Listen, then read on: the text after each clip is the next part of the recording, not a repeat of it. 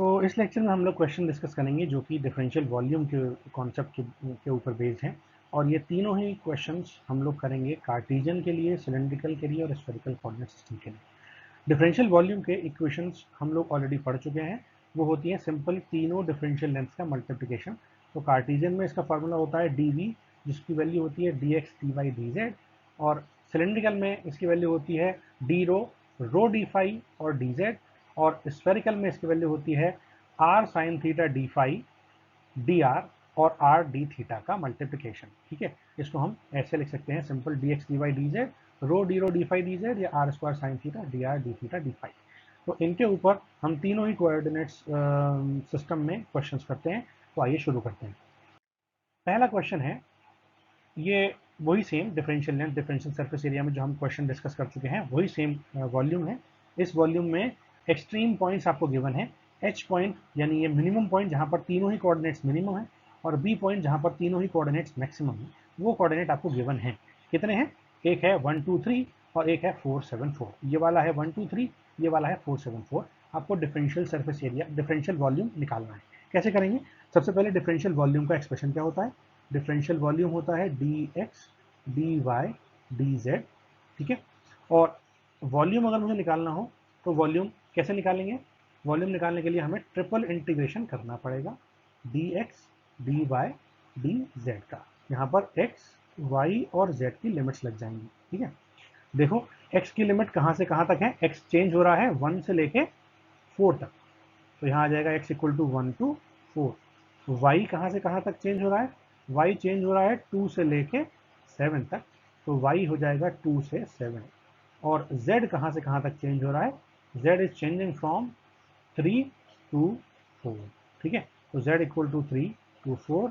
आगे value same वही dx dy dz, इसको आप इंटीग्रेट कर दो। ठीक है, तो सबसे पहले x 1 to 4 लिमिट इंटू अगला y 2 से 7 लिमिट, अगला z 3 से 4 लिमिट। ठीक है, तो ये क्या हो जाएगा? This will be simply 4 minus 1 into 7 minus 2 into 4 minus 3।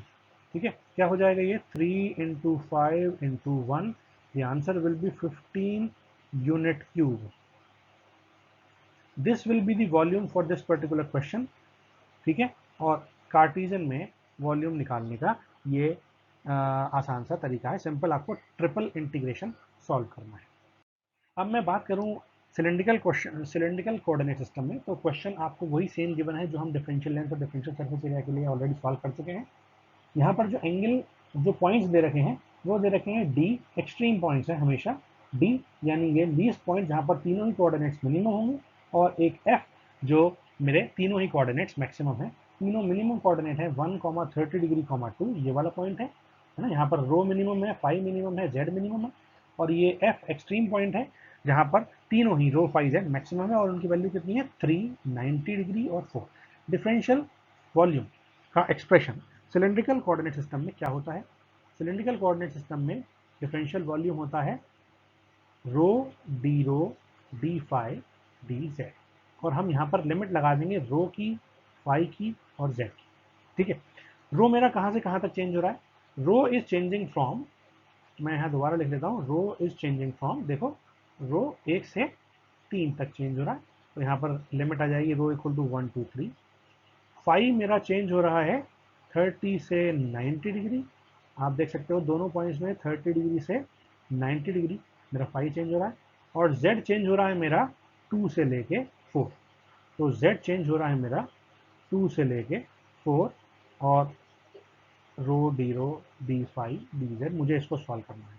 जब मैं रो को इंटीग्रेट करूंगा तो आएगा रो स्क्वायर बाई 2, लिमिट लगा दूंगा 1 से लेके 3 तक। फाई को इंटीग्रेट करूंगा तो सिंपल आएगा फाई, लिमिट लगा दूंगा 30 से 90 तक। और z जब मैं लगाऊंगा तो z की वैल्यू भी सेम आ जाएगी 2 से लेके 4 तक। अब हम इसको सॉल्व कर लेंगे, है ना। रो स्क्वायर मतलब 3 square minus 1 square upon 2 into phi मतलब 90 माइनस 30 यानी 60 डिग्री, है ना, इंटू 4 माइनस 2 यानी सिंपल 2।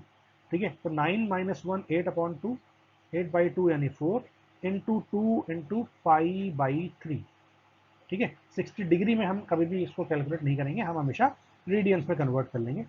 2 2 जा 4 एंड 2 4 जा 8, so the answer will be 4 pi by 3 unit cube.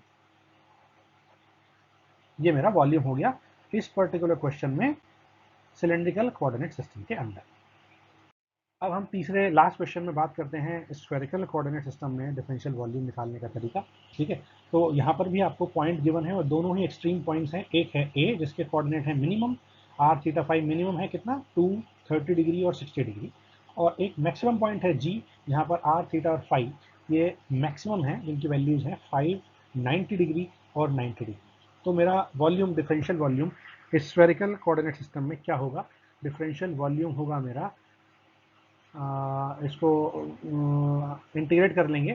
ठीक है, r square sine theta d theta d phi.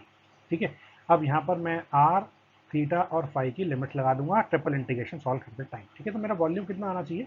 Volume आना चाहिए आर की लिमिट कहाँ से कहाँ तक? आर की लिमिट है 2 से लेके 5 तक, आप इजीली चेक कर सकते हो। थीटा की वैल्यू है 30 से 90 तक, और फाई की लिमिट है मेरी 60 से 90 तक, और यहाँ आ जाएगा r square sine theta d theta d phi. ठीक है, जब मैं आर स्क्वायर को सॉल्व करूंगा तो आएगा आर क्यूब बाई 3, लिमिट आ जाएगी 2 से लेके 5 तक। जब मैं साइन थीटा को सॉल्व करूंगा तो आएगा माइनस कॉस थीटा, लिमिट आ जाएगी 30 से 90 तक। और जब मैं तीसरा सॉल्व करूंगा फाई के लिए तो फाई ऐसे ही, ये लिमिट आ जाएगी 60 से 90 तक। ठीक है, मैं यहाँ पर वैल्यू लगा दूंगा तो 5 cube minus 2 cube divide by 3, ये मेरा हो गया आर। कॉस 90 यानी 0, माइनस लगा लेंगे, 0 minus cos 30 root 3 by 2। Phi की लिमिट आ जाएगी 90 माइनस 60 मतलब 30 डिग्री।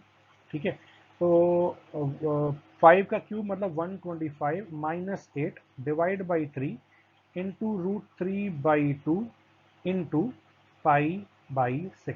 ठीक है, 125 माइनस 8 मतलब आपका आ गया 117 डिवाइड बाई 3 टू द 6 6 जा 36 रूट 3 पाई यूनिट क्यूब। आप इसको कैलकुलेटर से सॉल्व कर लोगे और फिर आपका ये वॉल्यूम बन के आ जाएगा। ये आपका तरीका हो गया स्फेरिकल कोऑर्डिनेट सिस्टम में किसी भी डिफरेंशियल वॉल्यूम का डिफरेंशियल एलिमेंट का वॉल्यूम निकालने। आई थिंक आपको ये तीनों ही क्वेश्चन समझ में आ रहे होंगे। Thank you.